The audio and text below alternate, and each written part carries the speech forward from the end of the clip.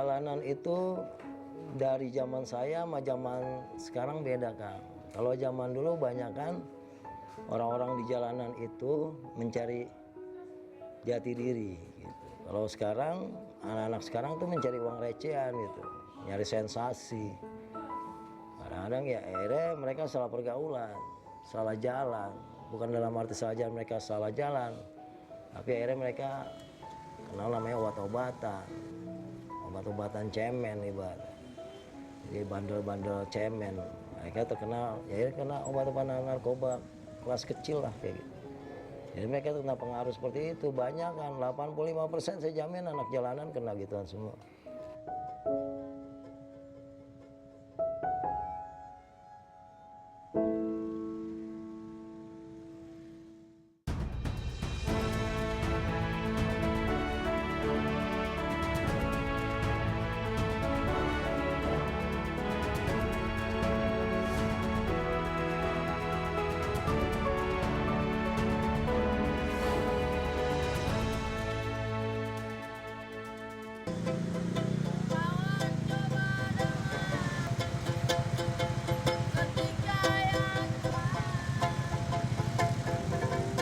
Mereka tampak saat lampu lalu lintas di perempatan jalanan menyala merah. Mereka ada di antara celah-celah sempit saat kendaraan berhenti.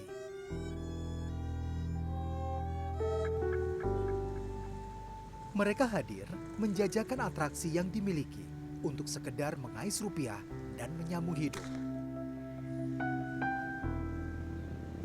Anak jalanan, begitu kemudian mereka disebut. Saat harus berjibaku di tengah kerasnya hiruk-pikuk kehidupan perkotaan. Kehidupan anak jalanan biasanya dipengaruhi oleh lingkungan atau bahkan ada yang mengikuti jejak orang tua secara turun-temurun.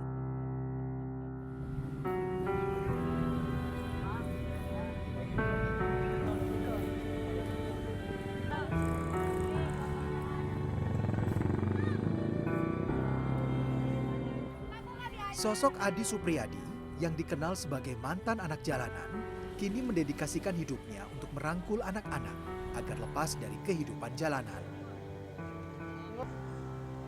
Pria berusia 49 tahun ini sangat dikenal sebagai sosok pengayom dan dermawan bagi beberapa anak jalanan di Kabupaten Bogor. Sejak 2011 lalu, Adi membangun Sanggar Senja, tempat bagi para anak jalanan untuk mendapat kehidupan yang lebih layak.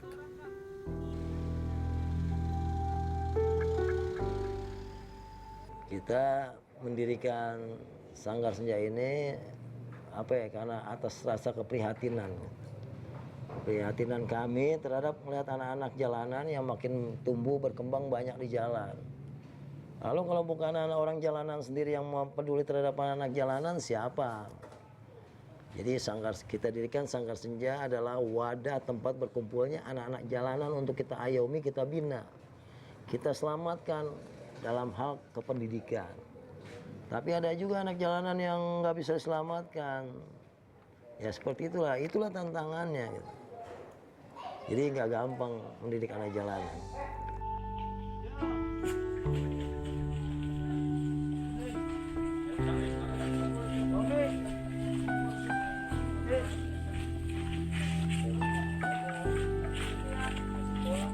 Sudah lebih 20 tahun, Adi meninggalkan kehidupan jalanan.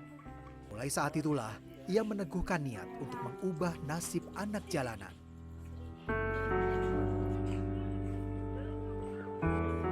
Kondisi jalanan yang semakin berbahaya bagi kelangsungan hidup anak-anak juga menjadi dorongan bagi pria asal Jakarta ini.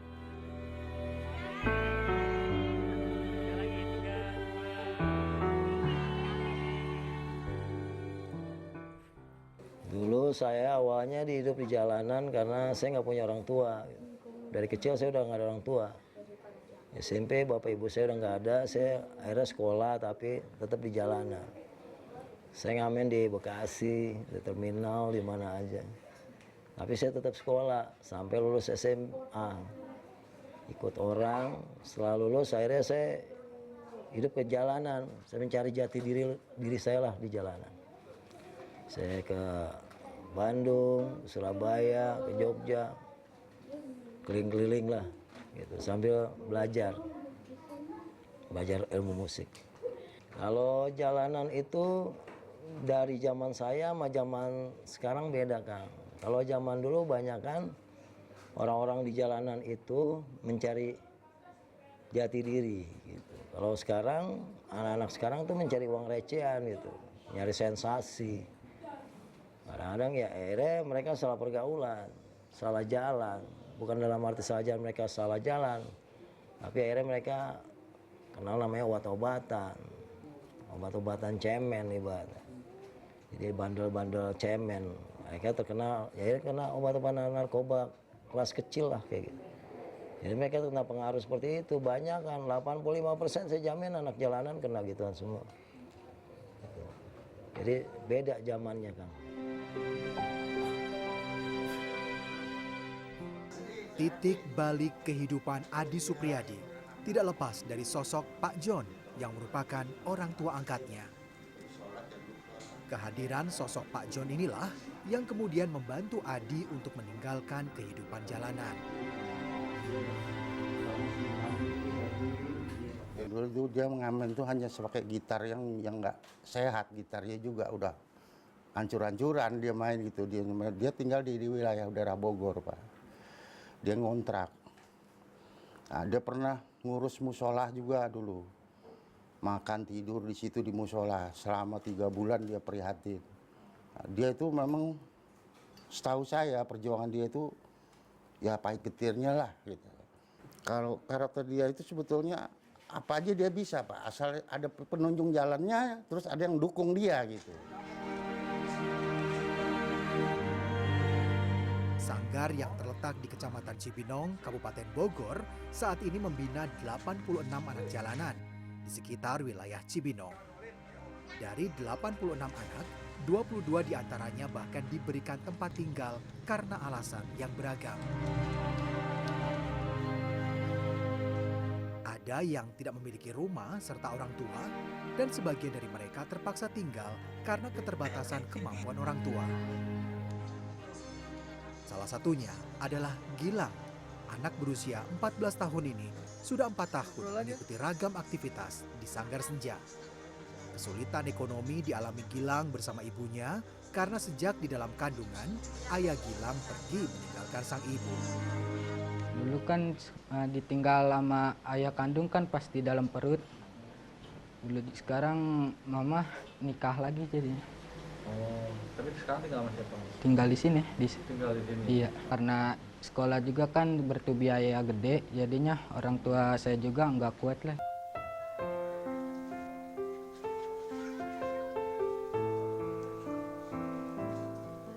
Kondisi sang ibu yang hanya bekerja sebagai pedagang minuman membuatnya tak berdaya untuk memenuhi salah satu kebutuhan anaknya, yaitu pendidikan. Sang ibu pun mendukung aktivitas anaknya di Sanggar, berharap kelak ada perubahan nasib ke arah yang lebih baik.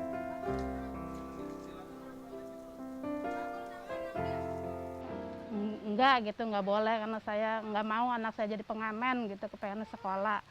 Karena saya kepengen ini, alhamdulillah ada Sanggar Senja yang bisa ngebantuin saya.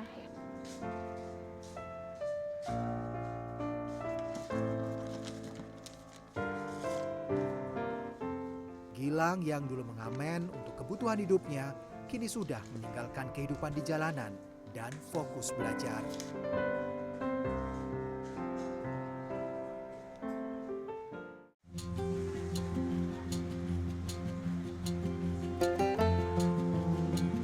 Untuk menunjang kebutuhan pendidikan anak jalanan, Sanggar Senja juga membiayai sekolah bagi 30 anak yang tergolong tidak mampu dan yatim piatu. Sekolah diberikan agar anak-anak tidak kembali mengamen di jalanan.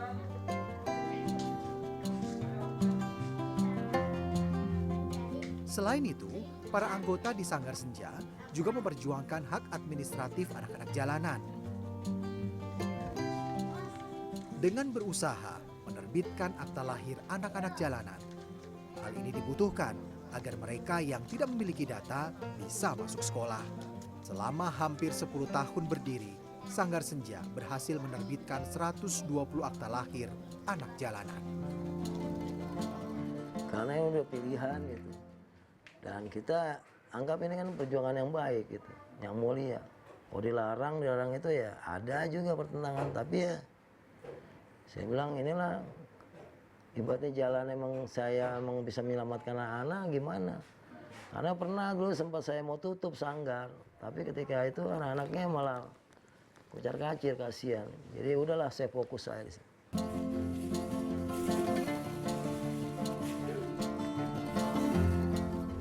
Pendanaan Sanggar Senja untuk memenuhi kebutuhan anak-anak di sini berasal dari donatur, dana pribadi anggota, dan beberapa usaha yang dijalankan Adi sendiri.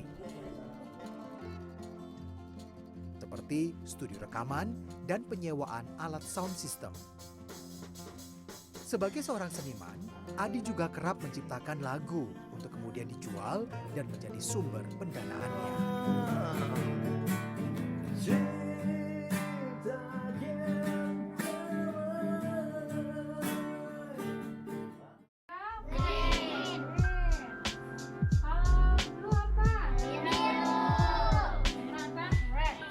Yang motivasi saya sih anak-anaknya. Mereka itu lebih hebat dari anak-anak yang lain. Jiwanya kuat, terus semangatnya juga ada untuk sekolah gitu. Jadi motivasi saya itu mereka.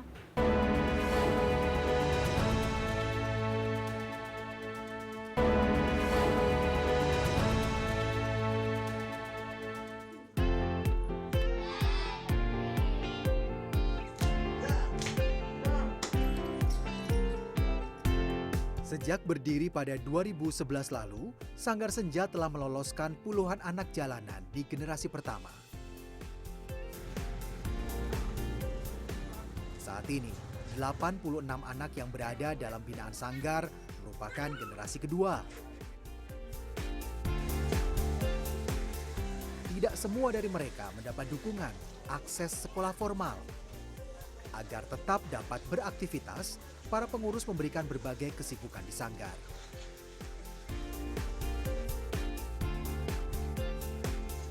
Kami memberikan pembinaan di sini, belajar secara hitung, cara menulis dan berhitung. Jadi mereka nggak buta-buta amat. Yang kedua, kita bikin kelas motivasi buat anak-anak yang putus sekolah. Karena kita belum bisa menyelenggarakan sekolah formal. Yang ketiga, kami mendorong anak-anak yang putus sekolah untuk sekolah lagi. Yang belum sekolah, kita masukin sekolah. Dan alhamdulillah, udah 86 anak yang kita sekolahkan gitu. Alhamdulillah. Yang tadi putus sekolah, yang nggak sekolah, kita sekolahkan. Tujuannya kalau mereka bersekolah kan mereka punya masa depan gitu. Punya ilmu.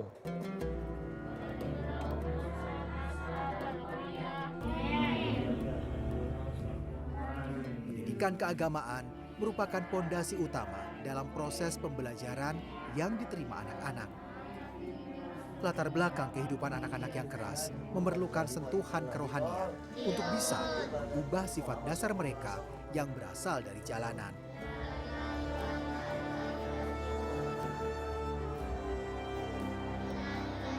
Ya emang itu tantangan paling berat. Ya kan? Tapi karena saya juga orang jalanan, saya ngikutin karakter mereka. Mereka tidak bisa seperti layangan kita tarik, putus mereka. Kalau lagi blank kita ulur. Kalau udah mulai singit kita tarik pelan-pelan. Proses belajar di Sanggar Senja dilakukan secara rutin hampir setiap hari. Adalah Dewi Zulfiani, wanita 26 tahun yang menggawangi pendidikan non-formal kepada anak-anak. Sudah 4 tahun, Dewi bergabung bersama Sanggar Senja dan mendedikasikan dirinya bekerja sebagai pengajar. Karena saya awalnya kan ikut komunitas dari alumni sekolah. Mereka mengajar anak-anak. Dulu Sanggar Senja itu di tempatnya gedung yang kumuh gitu.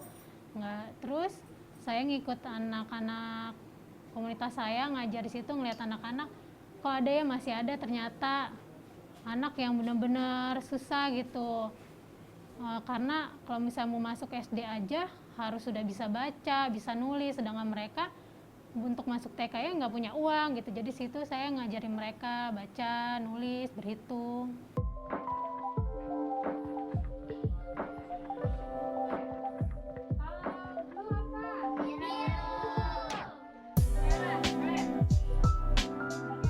Kesulitan dalam memberikan pelajaran kepada anak-anak kerap dirasakan.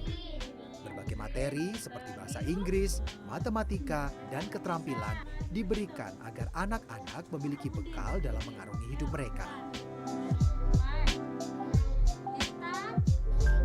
Ya susahnya mungkin mereka sama orang baru, ya kayak ih siapa sih ini sosok ngajarin gua gitu. Cuman kita kasih tahu pelan-pelan, lu hidup tuh harus bisa baca minimal atau berhitung gitu, biar nggak ditipu orang, biar nggak bodoh-bodoh banget. Di situ kita pelan-pelan mendekati diri, lama-lama dia ngikutin gitu. Kita ngasih dia apa ya, tulus, sayang, dia juga ikut balik sayang sama kita. Meski pekerjaannya tidak mudah dan ikhlas untuk sekedar memberikan harapan hidup yang lebih baik kepada para anak jalanan. Yang motivasi saya sih anak-anaknya. Mereka itu lebih hebat dari anak-anak yang lain. Hebatnya mereka itu, ya mereka dengan kondisi orang tuanya seperti itu, yang kurang mampu lah istilahnya, bahkan mereka juga suka diajak untuk mencari uang. Mereka kuat gitu, jiwanya kuat, terus semangatnya juga ada untuk sekolah gitu. Jadi motivasi saya itu mereka. Anak-anak yang hadir cukup antusias menerima pelajaran yang belum sempat mereka dapat di sekolah formal.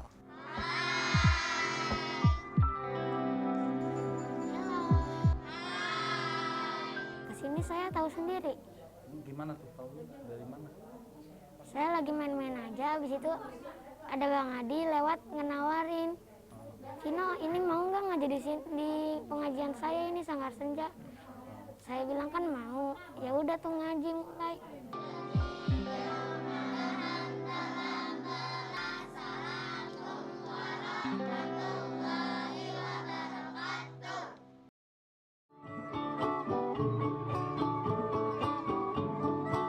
Selain aktivitas belajar mengajar, siswa di Sanggar Senja juga diberikan aktivitas lain untuk menunjang kehidupan mereka selama berada di lingkungan sanggar.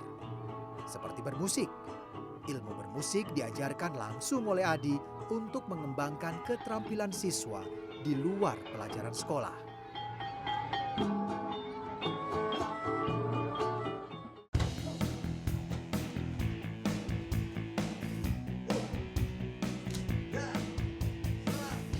Keterampilan lain yang diberikan adalah teknik bela diri. Materi seni bela diri pencaksilat diberikan kepada siswa untuk membentuk kepribadian anak-anak sekaligus untuk membekali mereka dengan ilmu pertahanan diri. Materi seni bela diri silat dasar diberikan mulai dari anak kecil hingga mereka yang beranjak ke usia remaja.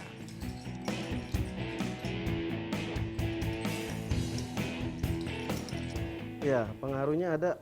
Satu, biar nggak malas, disiplin, terutama waktu ya. Waktu dia belajar juga harus disiplin. Itu cerminan dari suatu bela diri ya, pribadiannya disiplin.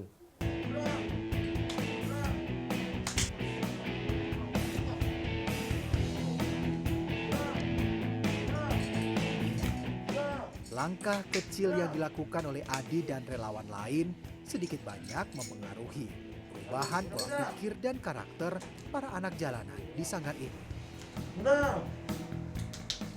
Kelak, para relawan berharap mereka bisa mengembangkan aktivitas yang sudah ditekuni ini untuk memberikan manfaat yang jauh lebih luas.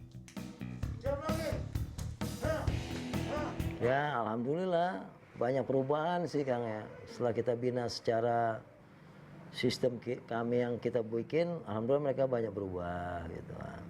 Tadinya mereka bandel, ya namanya anak jalanan susah kan, sangat sulit, jarang gitu. Orang mau nyentuh anak jalanan karena image-nya tadi gitu kan. Mereka anak-anak yang liar, yang nggak tahu orang tua, ketika ditolong siapa sih lu kan gitu.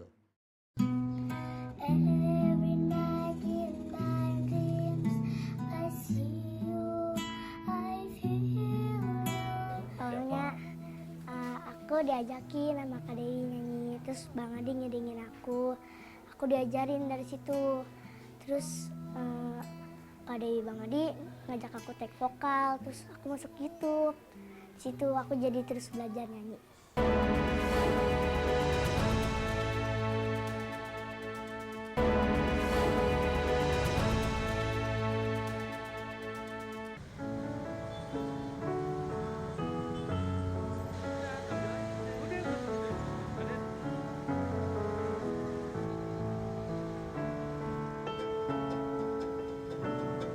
Dengan semua materi pembinaan yang diberikan kepada anak-anak, Adi sebenarnya melarang keras para siswa di Sanggar Senja untuk kembali ke jalanan.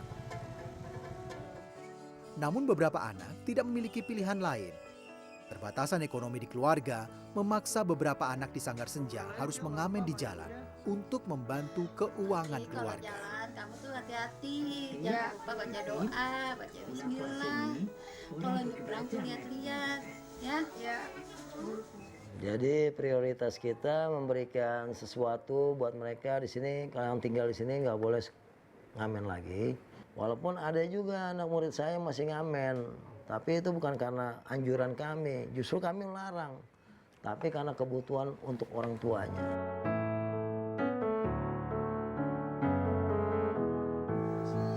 Mak, berangkat ya, Mak.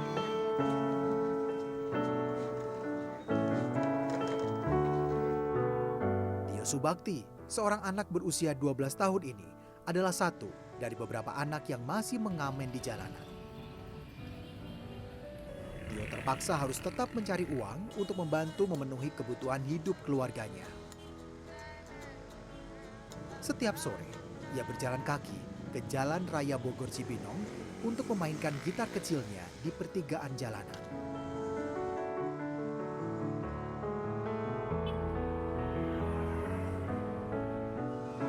Sedikit demi sedikit uang ia kumpulkan dari belas kasih pengendara di jalanan. Hal ini ia lakukan meski sudah 4 tahun belajar di Sanggar Senja.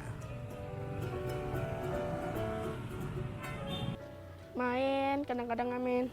Ngamennya dari mana ya? Dari Ceriung, Kalau sehari tuh ngamen bisa berapa jam ya? 5 jam. Kadang-kadang 60, kadang-kadang 40. Buat kebutuhan keluarga. Bogor kota kita, Bogor indah bersari. Anak-anak di Sanggar Senja kebanyakan memiliki keahlian dalam bermusik. Hal ini sebagai bakat bawaan yang mereka gunakan saat berada di jalanan. Namun tidak semua anak-anak menggunakan keahlian bermusik mereka untuk mengamen. Beberapa di antaranya bahkan memiliki kemampuan yang cukup spesial.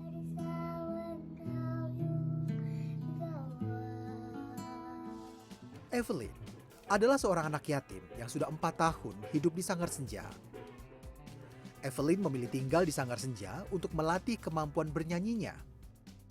Selain itu, dengan hidup di Sanggar, ia juga membantu meringankan beban sang ibu yang saat ini hanya bekerja sendiri. Aku dulu di sini langsung masuk aja, diajakin sama Bang Adi sini. Terus aku diajarin sama Bang Adi. Aku di sini dari umur 3 tahun.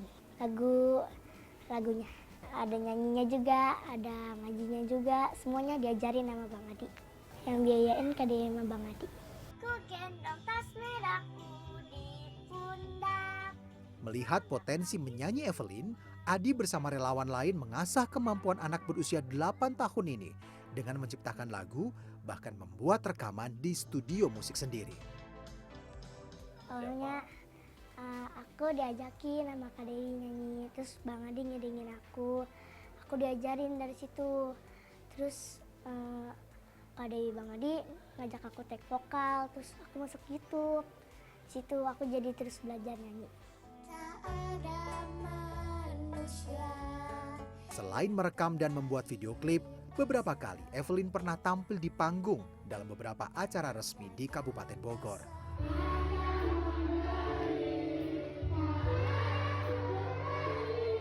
Bahkan, ia juga pernah bernyanyi di hadapan Ibu Negara, Iriana Joko Widodo.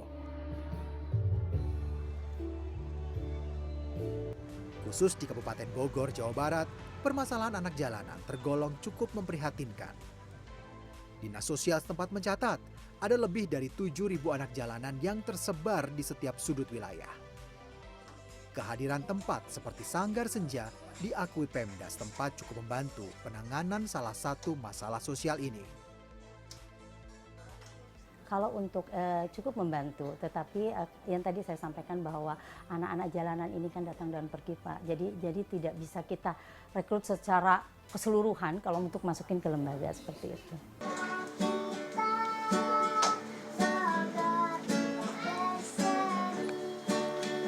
Meski belum memberikan dampak luas dalam pembinaan anak jalanan, hal itu tidak membuat Adi Supriyadi patah arang. Semangatnya ia terus jaga untuk memberantas kebodohan dan ketertinggalan bagi anak-anak yang kurang diuntungkan oleh nasib. Hingga kelak, cita-cita besar sang mantan anak jalanan ini bisa terwujud.